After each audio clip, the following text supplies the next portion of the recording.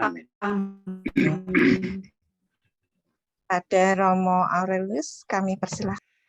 Selamat malam Bapak-Bapak, Ibu-Ibu, Saudara-saudara semua. Terima kasih Bu Vero sudah menghantar ke dalam acara kita malam ini.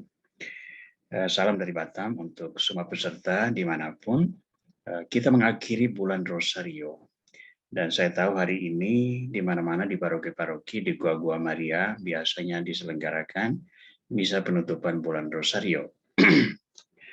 Nah, memanfaatkan momentum penutupan bulan Rosario ini, selama 1 pekan terakhir ini saya berbicara di sejumlah Zoom meeting dengan tema yang kurang lebih sama, yakni berbicara tentang Bunda Maria dan devosi kepada Bunda Maria dalam doa Rosario. Tetapi saya selalu memadukan dengan sebuah devosi yang lain yang juga belakangan ini menjadi sangat populer, yakni devosi kerahiman ilahi. Nah, bertolak dari inspirasi tentang 2 devosi yang saya sendiri mempraktekannya secara intensif, saya merasa saya coba menawarkan refleksi malam ini dengan memadukan 2 bidang ini untuk kita melihat sebetulnya ada interkoneksi yang luar biasa dalam dan rapat sehingga kita menemukan begitu dalam kekayaan rohania yang diwariskan kepada kita yang sangat memberi kita inspirasi untuk mempraktekkan nilai-nilai spiritual yang kita temukan di dalam devosi-devosi tersebut.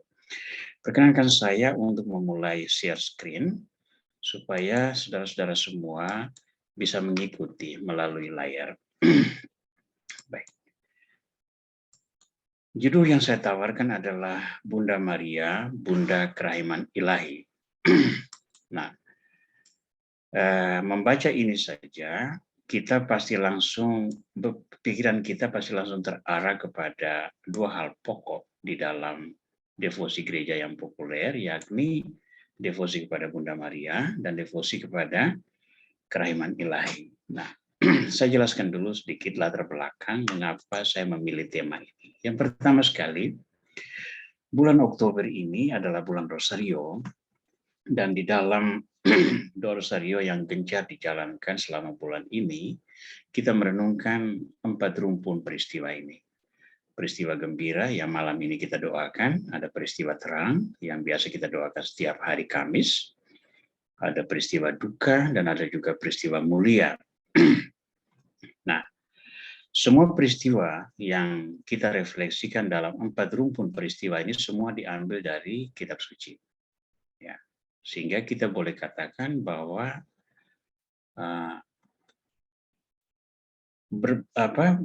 mendoakan doa Rosario itu sudah merupakan permenungan atas peristiwa-peristiwa Injil. Tambah pula doa yang menjadi inti di dalam doa Rosario itu sepenuhnya berasal dari kitab suci. Coba kita perhatikan ya.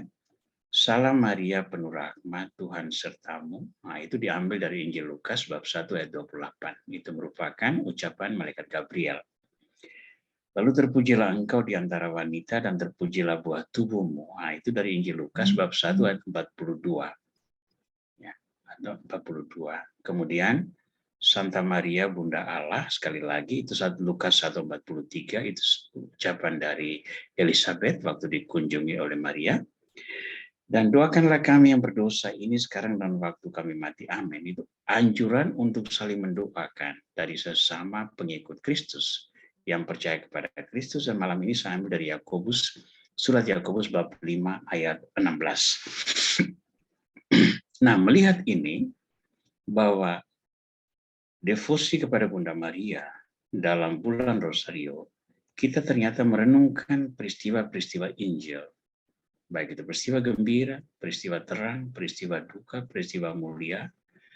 Doa yang kita ucapkan pun berasal dari kitab suci. Bapa kami pun dari kitab suci, Salam Maria pun dari kitab suci. Maka bagi saya, doa Rosario itu bukan sebatas devosi, bukan sebatas menyampaikan keinginan-keinginan kita pada Tuhan, tetapi mendoakan Rosario itu berarti juga mewartakan Injil, mewartakan kerajaan Allah, mewartakan kebenaran-kebenaran Alkitabiah.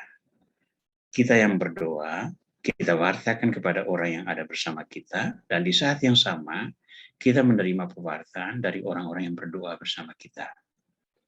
Jadi bisa melihat bahwa Rosario itu memiliki karakter yang sangat luas, sangat dalam, sangat Alkitabiah, dan sangat berbicara tentang sejarah keselamatan.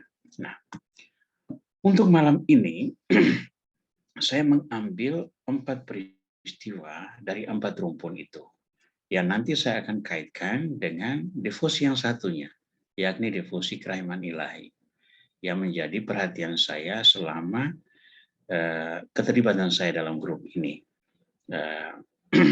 Untuk membawa renungan, saya selalu melihat dari perspektif Alkitabiah dalam kekayaan devosi kerahiman ilahi.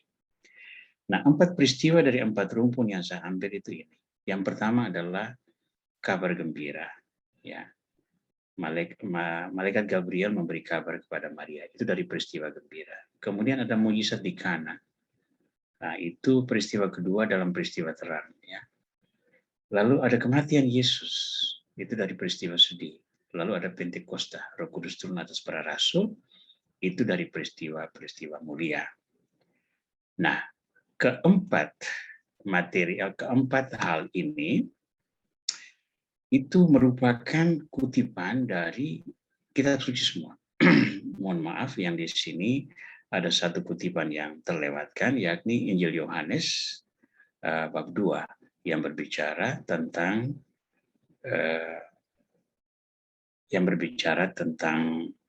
peristiwa Kana. Tidak apa-apa, nanti mohon dikoreksi ya. Yang pertama sekali adalah peristiwa pada Injil Lukas bab 1 ayat 35.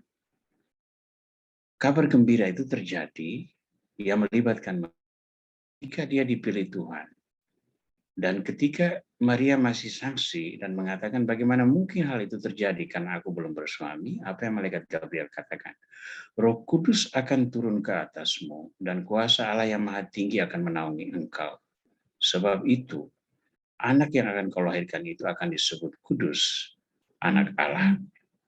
Ya. Pada peristiwa mujizat di Kana, ya, pada Injil Yohanes bab 2, itu tertulis bahwa Maria datang kepada Yesus dan berkata, mereka kehabisan anggur. Lalu Yesus berkata, mau apa engkau daripadaku, hai ibu, saatku belum tiba. Tapi Maria tidak peduli kata-kata Yesus itu. Dia tinggalkan mereka dan beritahu kepada pelayan, apapun yang dia suruh, itu lakukan. Ya. Lalu yang ketiga, kematian Yesus. Kematian Yesus, di dalam peristiwa kematian Yesus ada kehadiran Bunda Maria. Mohon maaf, ini bukan Injil Yohanes 1:26, tapi 19:26. Ya. Nah, di sini kita melihat bahwa dari salib, Yesus melihat ibunya berdiri bersama Maria Magdalena, Maria istri Kleofas, dan beberapa perempuan lain, dan murid yang dikasihinya. Maka dia berkata kepada Maria ibunya, ibu inilah anakmu. Dan kepada muridnya itu, anak, inilah ibumu. Dan sejak saat itu, murid itu menerima dia di dalam rumahnya. Yesus menyerahkan Maria kepada salah satu muridnya, bukan kepada anggota keluarganya. Ini peristiwa simbolik yang luar biasa yang nanti kita akan dalami sebentar. Lalu peristiwa keempat, Pentakosta. Dalam Kisah Para Rasul bab 1 ayat 14 kita menemukan catatan ini. Mereka semua bertekun dengan sehati dalam doa bersama-sama dengan beberapa perempuan serta Maria ibu Yesus dengan saudara-saudara Yesus. Ini terjadi sesudah Yesus naik ke surga.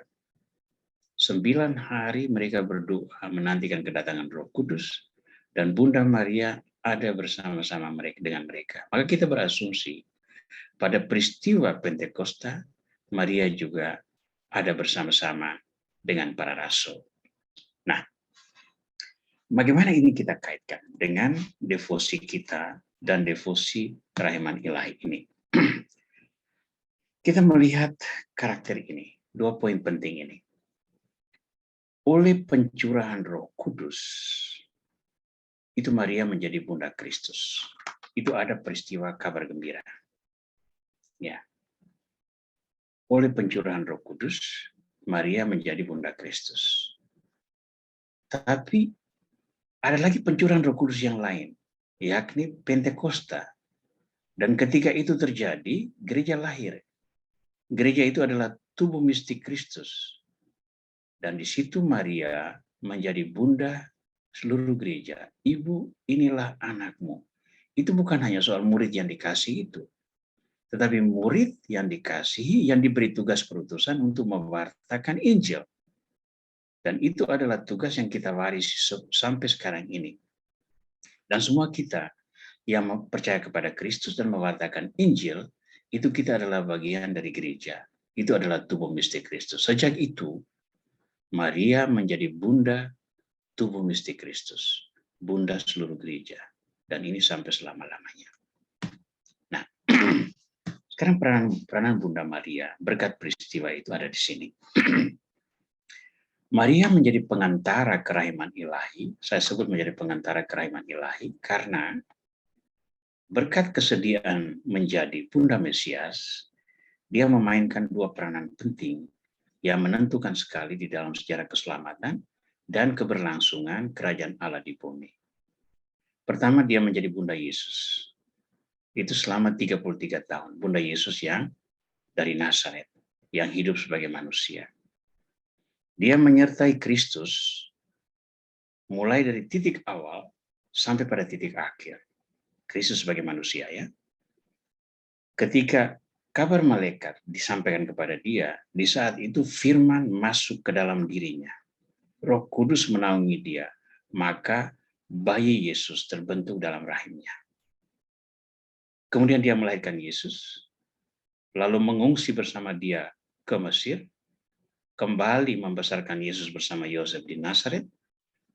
Lalu sesudah Yosef meninggal, dia menyertai Yesus sampai detik terakhir di puncak Golgota. Dan dia menghantarkan Yesus masuk ke rahim pertiwi, yakni rahim bumi. Jadi Maria itu menyertai Yesus mulai dari rahimnya sendiri sampai Yesus masuk ke rahim pertiwi. Itu terjadi dalam kurun waktu 33 tahun. Tapi kerahiman Tuhan yang lain yang diberikan dengan perantaran Bunda Maria adalah dia menjadi Bunda Gereja, dan ini selama-lamanya, tidak mengenal batas waktu. Dia menyertai tubuh mistik Kristus, yakni gereja, meneruskan karya keselamatan Tuhan hingga akhir zaman. Menurut tradisi, Bunda Maria sesudah peristiwa Pentakosta itu tinggal dalam rumah Yohanes. Dan Yohanes membawa Bunda Maria ke Efesus, tempat dia diangkat ke surga. Nah, dalam sejarahnya kita menemukan ini. Gereja yang diberi tugas untuk mewartakan Injil itu diperkuat oleh Yesus.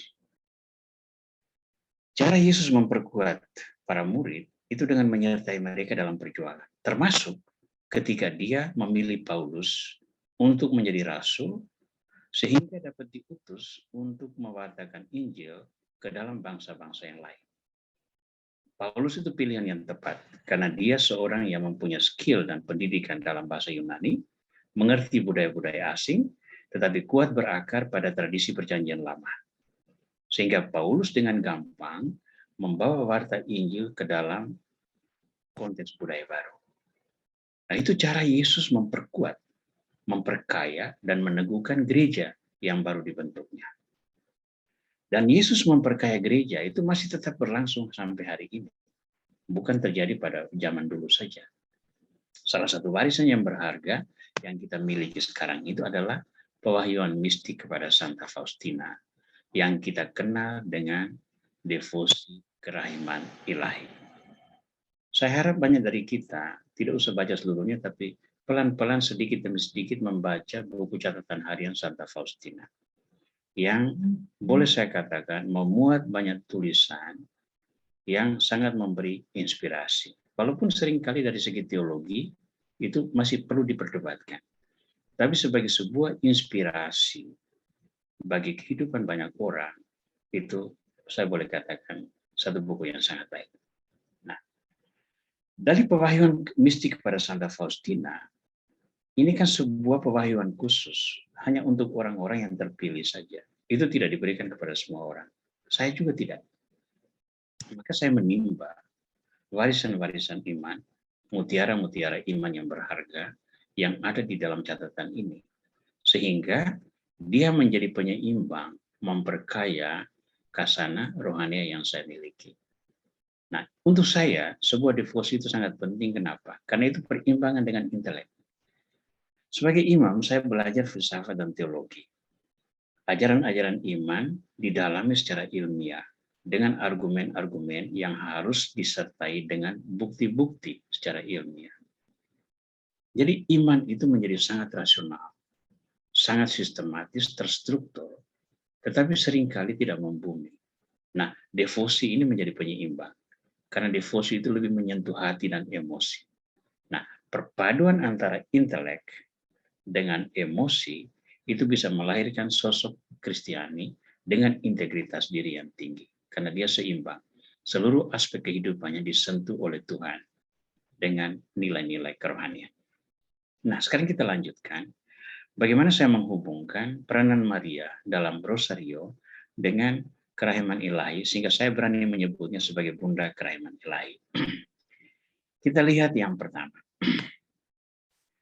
Dalam buku catatan harian Santa Faustina, nomor 449, kita menemukan tulisan ini. Catatan ini dibuat tanggal 5 Agustus 1935. Aku melihat sang perawan kudus, elok tak terperikan. Dia turun dari altar tempat aku berlutut, merangkul aku erat-erat dan berkata kepadaku, aku adalah bunda bagi kamu semua, berkat kerahiman Allah yang tak terselami. Yang paling menyenangkan hatiku adalah jiwa yang dengan setia melaksanakan kehendak Allah. Ia membuat aku memahami bahwa dengan setia, aku telah memenuhi kehendak Allah, dan dengan demikian, aku berkenan di hatinya. Nah, kita fokus pada kata kunci saja. Aku adalah bunda bagi kamu semua, berkat kerahiman Allah yang tak terselami. Yang menyenangkan hatiku adalah jiwa yang dengan setia melaksanakan kehendak Allah. Apa yang digarisbawahi oleh Santa Faustina dari pengalaman mistik ini terwahyukan di dalam kitab suci. Dalam peristiwa Yesus, kematian Yesus. Dalam Rosario itu adalah dalam rumpun peristiwa duka. Yesus wafat di salib. Dekat salib Yesus berdiri ibunya dan saudara ibunya, Maria, istri Kleofas, dan Maria Magdalena.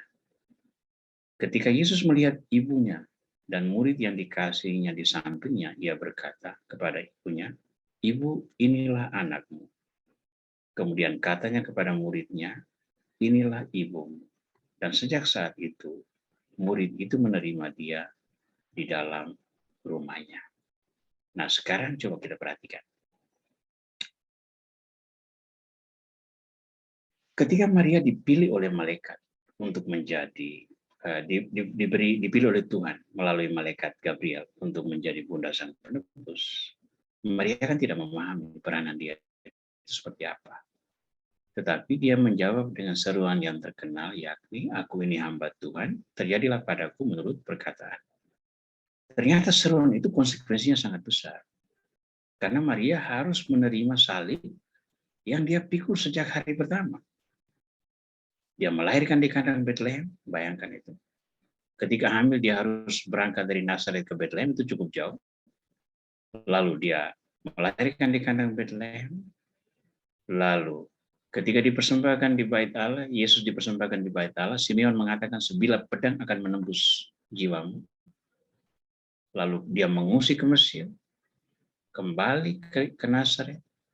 Dalam usia 12 tahun mencari Yesus dan sebagainya, dan banyak peristiwa lain. Nah, itu semua adalah salib. Dan salib yang terbesar adalah menyaksikan Yesus wafat di salib tanpa dia bisa berbuat apa-apa. Konsekuensi dari menerima panggilan Tuhan itu ternyata salib. Tapi oleh pengajaran iman kita, kita melihat salib itu sebagai kerahiman. Karena buah dari salib adalah keselamatan. Sehingga kita teringat akan ajaran Yesus yang berkata gini, setiap orang yang mengikuti aku, ia harus menyangkal dirinya, memikul salibnya dan mengikuti aku. Itulah kerahiman. Jadi salib hidup kita itu bukan kutukan, tetapi kerahiman. Kenapa? Karena dengan itu Tuhan menempa kita, sehingga kita menjadi pribadi dengan karakter rohani yang kuat, yang tidak menyerah, yang tidak menggadaikan hati kita kepada kegelapan. Karena sekali kita dipegang kegelapan, kita akan diarahkan untuk menjadi alat yang menghancurkan jiwa-jiwa yang lain. Catatan kedua, Maria adalah bunda yang berbelas kasih. Dalam catatan nomor 330, bagi yang punya buku catatan harian Santa Faustina, nanti mohon dibaca di sana. Apa yang Santa Faustina tulis. Menjelang akhir novena, aku melihat Bunda Allah dengan bayi Yesus di pelukannya. Dan aku juga melihat Bapa pengakuanku berlutut dengan dekat kakinya dan berbicara dengan dia. Aku tidak mendengar apa yang dibicarakan dengan dia, sebab aku sibuk berbicara dengan bayi Yesus yang turun dari pelukan ibunya dan mendekatiku. Aku tidak berhenti mengagumi ketampanannya. Aku mendengar beberapa kata yang diucapkan Bunda kepada Bapa pengakuanku, tetapi tidak semuanya.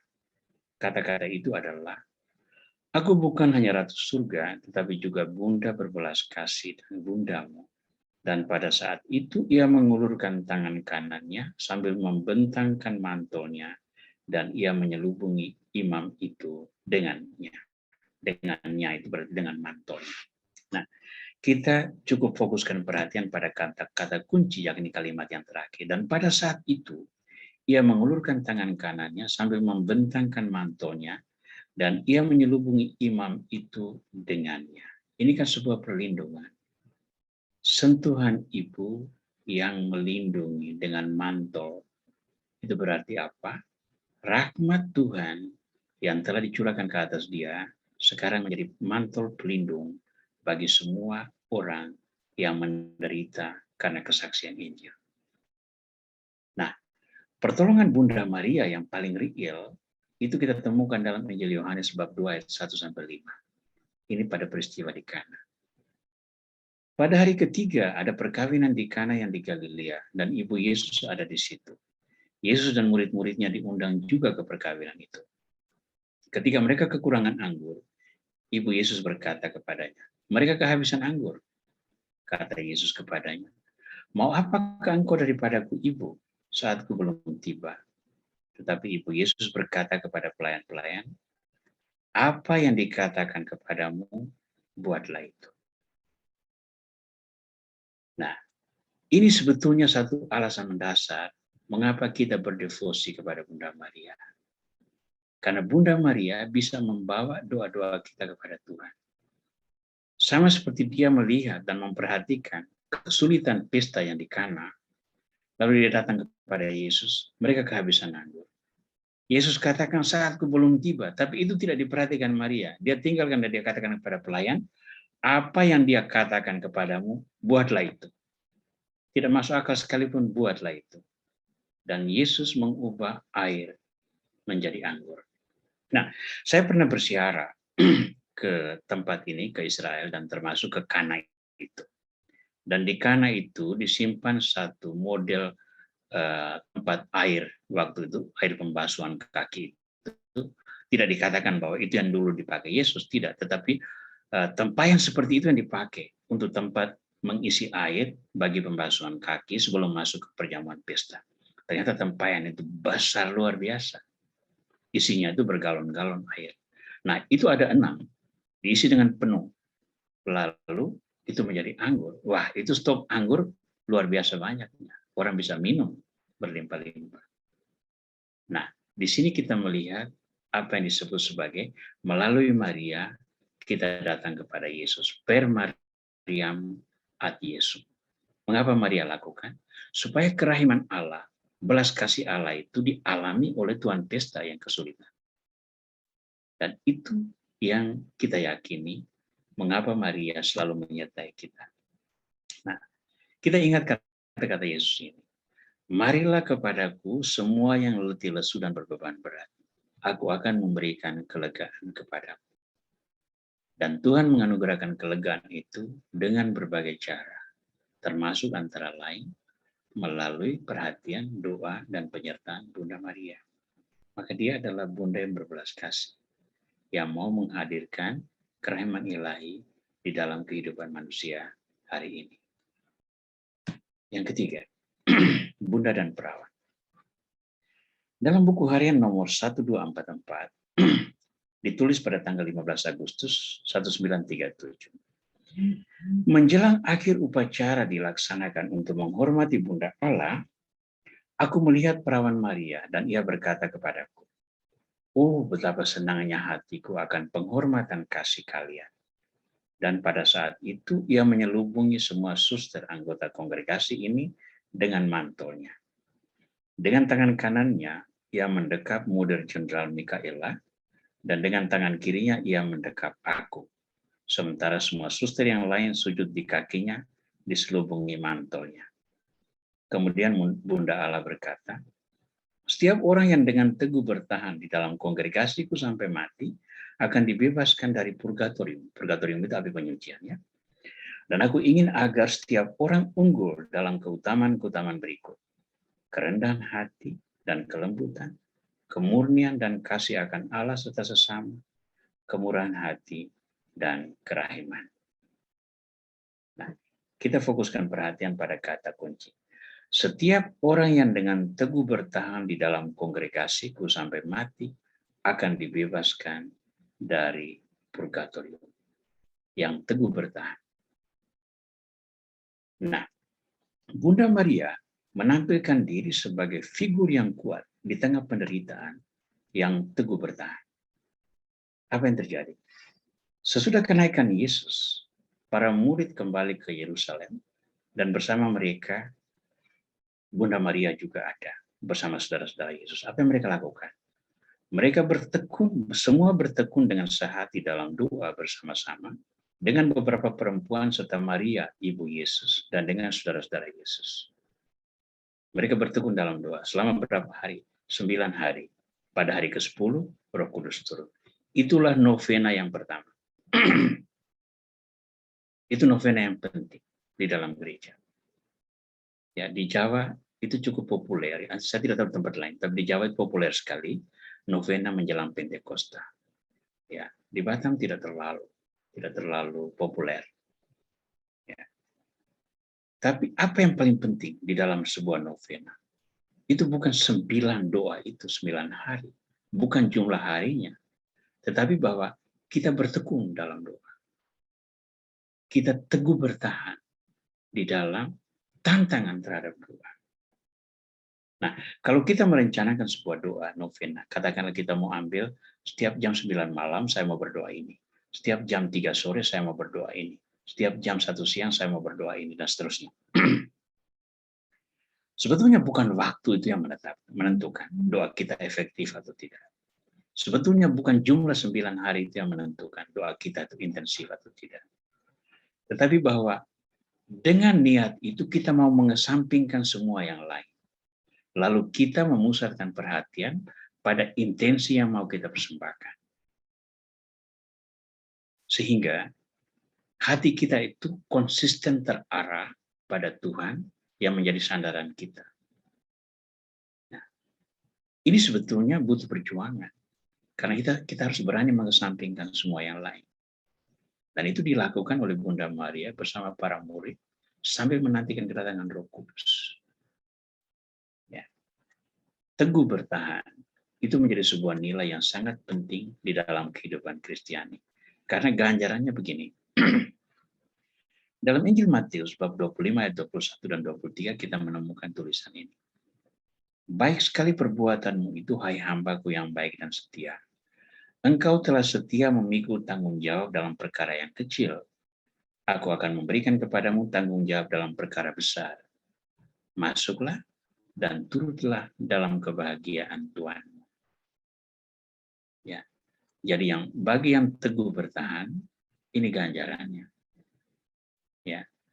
Bunda Maria yang bersama para rasul pasca kenaikan, teguh bertahan dalam doa. Ganjarannya apa? Pencurahan Roh Kudus. Bagi orang yang setia mengabdi Tuhan, ganjarannya apa? Masuklah dan turutlah dalam kebahagiaan Tuhan. Bunda Maria melakukannya itu.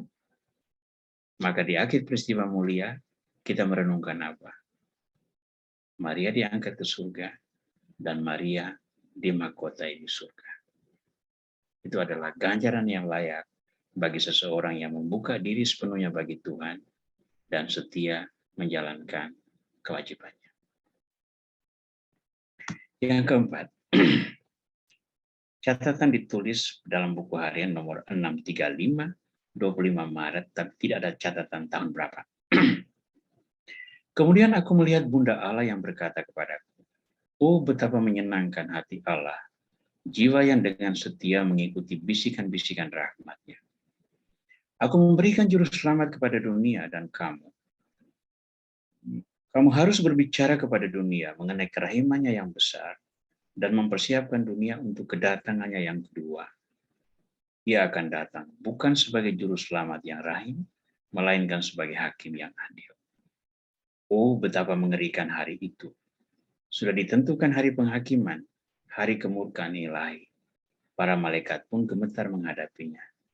Sementara masih ada waktu untuk memberikan kerahiman. Berbicaralah kepada jiwa-jiwa tentang kerahiman yang besar ini." Santa Faustina menerima perutusan dari Tuhan melalui pengalaman mistiknya untuk berbicara tentang kerahiman.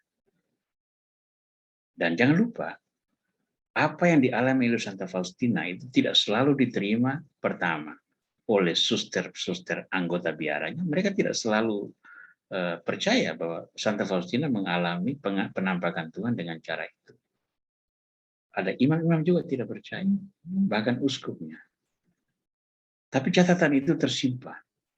Dan syukur kepada Tuhan, Santo Yohanes Paulus II menanggap secara serius. Dan dia yang kemudian mengumumkan bahwa warisan rohani Santa Faustina adalah bukti sebuah pewahyuan mistik Yesus Kristus kepada orang pilihannya, dan itu untuk memperkaya kasana spiritualitas gereja.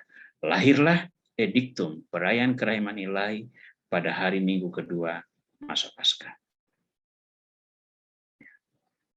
Santa Faustina diminta untuk mewartakan Tuhan yang berbelas kasih ini.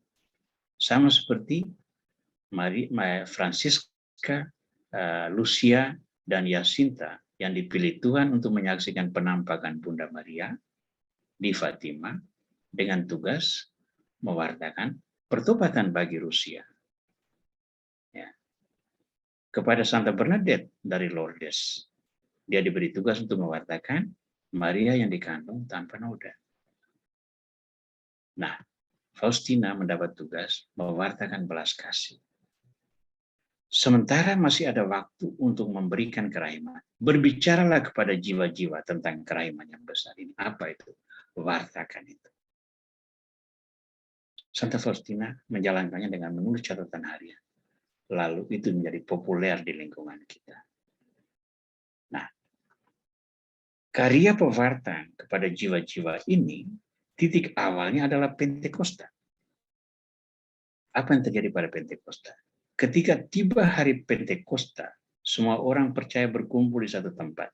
Tiba-tiba, turunlah dari langit satu bunyi seperti tiupan angin keras yang memenuhi seluruh rumah di mana mereka duduk. Dan tampaklah kepada mereka lidah-lidah seperti nyala api yang bertebaran dan hinggap pada mereka masing-masing. Maka penuhlah mereka dengan Roh Kudus. Lalu mereka mulai berkata-kata dengan ke dalam bahasa-bahasa lain seperti yang diberikan oleh roh itu kepada mereka untuk mengatakannya. Ini bahasa roh. Mereka berbicara dalam bahasa Ibrani atau bahasa Aramaik pada waktu itu, tetapi orang yang mendengar mengertinya itu dalam bahasa mereka. Siapa yang membuat penerjemahan? Roh Kudus. Loh, di situ tidak disebut loh ada Bunda Maria. Betul, di situ tidak disebut bahwa Bunda Maria ikut berkhotbah. Tapi jangan lupa, Bunda Maria menyertai para rasul dalam doa selama 9 hari itu. Saya tidak percaya pada hari Pentakosta itu Maria pergi meninggalkan mereka. Tidak. Dia ada bersama mereka. Maka dalam banyak gambar-gambar Pentakosta, di samping 12 rasul, itu ada Bunda Maria. Nah, ini menjadi penting karena Bunda Maria menyaksikan kelahiran gereja berkat pencurahan Roh Kudus. Pada peristiwa kabar gembira, dia menyaksikan berkat pencurahan Roh Kudus, firman hadir di dalam rahimnya. Lalu dia menjadi Bunda Mesias. Pada hari Pentakosta, dia menyaksikan pencurahan Roh Kudus, gereja lahir, dia menjadi Bunda Gereja. Nah, tugas pewartaan ini yang sekarang diberikan kepada kita. Yesus sendiri mewartakan ini. Waktunya telah genap. Kerajaan Allah sudah dekat. Bertobatlah dan percayalah kepada Injil. Jadi pewartaan menjadi titik penting di dalam sebuah karya keselamatan. Rahmat boleh ada, berkat boleh ada, kita menikmati semua itu, tetapi kita menjadi orang yang egois ketika kita tidak mewartakan berkat itu kepada sesama. Mewartakan tidak selalu dengan kata-kata, tapi mewartakan dengan perbuatan.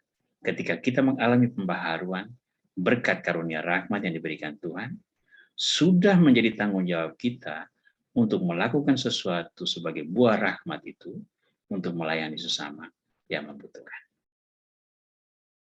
Nah, saudara-saudara, atas dasar semua itu, maka saya berani menyebut ini.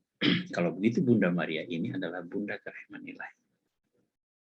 Dia sudah membawa warta kerahiman ilahi itu sejak dia masih hidup. Hingga diberi tugas oleh Yesus untuk menjadi Bunda seluruh gereja. Dan penyertaan Bunda Maria bagi kita itu ternyata berlangsung banyak.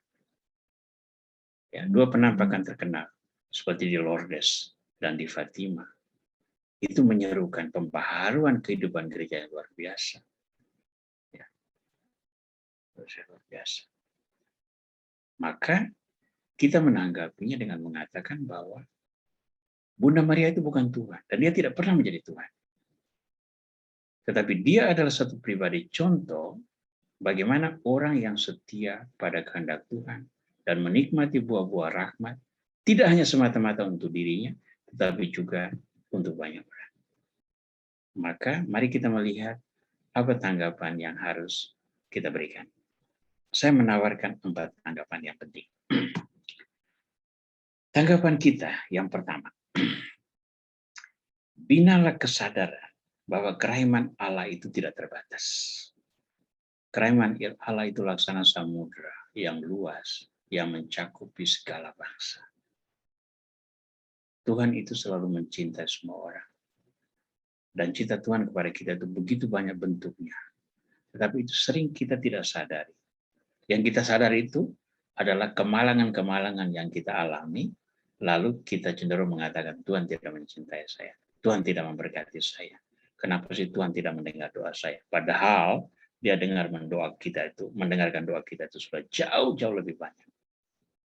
Bina kesadaran ini, bahwa kerahiman Allah itu tidak terbatas. Yang kedua, bukalah diri bagi Tuhan, agar kita dapat dipakai Tuhan sebagai instrumen kerahiman ilahi. Ya. Yesus mengatakan, kasihlah Tuhan Allahmu dengan segenap jiwa, dengan segenap akal budi, dengan segenap dirimu. Tapi yang kedua yang sangat penting adalah, kasihlah sesamamu manusia seperti dirimu sendiri. Nah, mengasihi sesama ini berarti kita membawa cinta Tuhan kepada orang. Dan cinta Tuhan itu selalu lahir dari hatinya yang penuh rahim. Kerahimannya, belas kasihnya. Mengapa Yesus hadir di tengah dunia? Karena belas kasih Tuhan kepada orang yang berdosa. Ya, ingat kata-kata Yohanes, Injil Yohanes bab 1 ayat 36 itu. Begitu besar kasih Allah akan dunia. Bab 3 ayat 16. Begitu besar kasih Allah akan dunia, sehingga ia mengutus putranya yang tunggal, agar setiap orang yang percaya tidak binasa, melainkan beroleh hidup yang kekal. Itu kerahiman ilahi. Tapi kerahiman ilahi ini hanya akan menjadi pengetahuan kita pribadi, rahmat kita pribadi, kalau kita tidak menyiapkan diri untuk menjadi alat yang digunakan Tuhan agar menebarkan ragi kerahimannya. Yang ketiga, setialah pada tugas yang diberikan Tuhan, walaupun hal itu menuntut korban diri. Ya, Kita tuh kebanyakan orang itu mau bekerja bagi Tuhan, tetapi ketika salib datang, dia mengatakan begini, saya ini sudah bekerja untuk Tuhan, apa yang kurang? Lalu mengapa saya dapat semua salib ini? Oh, Yesus saja menderita, memikul salibmu, memikul dosamu. Mengapa kita hanya memikul salib sedikit saja? Sudah harus lari meninggalkan. Ya. Setiap ada tugas, walaupun itu menuntut korban. Dan yang terakhir, wartakan kerahiman Tuhan itu melalui perkataan, pelayanan cinta, dan doa. Kepada Santa Faustina, Yesus mengingatkan ini. Ya. Supaya mewartakan kerahiman dalam perkataan, dalam perbuatan, dan dalam doa. Saya sangka kita bisa melakukan hal yang sama. Usahakan kata-kata kita itu selalu memberi kekuatan, peneguhan, dan inspirasi bagi orang. Jangan lupa, kata-kata itu bisa sangat menyakitkan. Usahakan pelayanan cinta, perbuatan kita itu menyentuh kehidupan orang, sehingga mereka merasakan apa artinya dicintai Tuhan. Tapi yang ketiga yang tidak kalah penting adalah jangan lupa mendoakan orang-orang agar mereka dilindungi dan diberkati Tuhan. Ingat, Yesus mengatakan, kasihlah musuh dan berdoalah bagi mereka yang menganiaya kamu. Bahkan bagi orang yang menganiaya kita pun, Yesus memberi perintah untuk didoakan. Itu berarti apa? Mendoakan orang itu merupakan hal yang sangat penting dan menjadi unsur esensial di dalam penghayatan iman kita. Nah, secara keseluruhan, semua ini yang kita sebut sebagai kerasulan kerahiman ilahi. Dan ini semua empat-empatnya ini dilaksanakan sepenuhnya oleh Bunda Maria sebagai sebuah contoh. Siapa sebetulnya rasul kerahiman ilahi itu? Maka kita boleh mengatakan ini, Maria itu adalah bunda dan pewarta utama kerahiman ilahi. Kita meneladani dia. Nah, sekarang kita melihat. Dalam devosi kepada Bunda Maria, terutama doa Rosario, kita mewartakan Injil. Kita mewartakan Tuhan yang berbelas kasih. Kita mewartakan Tuhan yang menyelamatkan. Kita mewartakan kerajaan Allah yang mencakupi semua bangsa, semua suku, bahasa, kaum, dan bangsa. Ya. Itu perintah Tuhan bagi kita. Tapi kita mempunyai model di sini. Seorang bunda yang tidak mempunyai pengetahuan intelektual yang tinggi. Bukan orang pilihan dengan pengalaman mistik seperti Santa Faustina, tetapi seorang ibu rumah tangga yang diberi karunia untuk membagi rahmat ilahi yang begitu besar, yang mengubah praktis seluruh perjalanan sejarah kehidupan manusia. Maka kita bersyukur bahwa kita memiliki Sang Bunda yang begitu konsisten mewartakan firman Tuhan melalui kesetiaannya pada tugas yang diberikan Tuhan kepadanya. Karena berkat kesetiaannya itu, kita memiliki suri tauladan yang memberi kita inspirasi untuk mewartakan Injil dalam kehidupan hari ini. Baik, terima kasih untuk semua teman-teman sekalian atas segala perhatian dan kesabaran untuk mendengarkan refleksi yang saya tawarkan malam ini. Semoga bisa memperkaya sendi-sendi iman masing-masing kita, dan saya harap agar masing-masing kita mau berupaya untuk mewartakan firman Tuhan dalam perkataan dan perbuatan kita setiap hari. Tuhan memberkati selalu.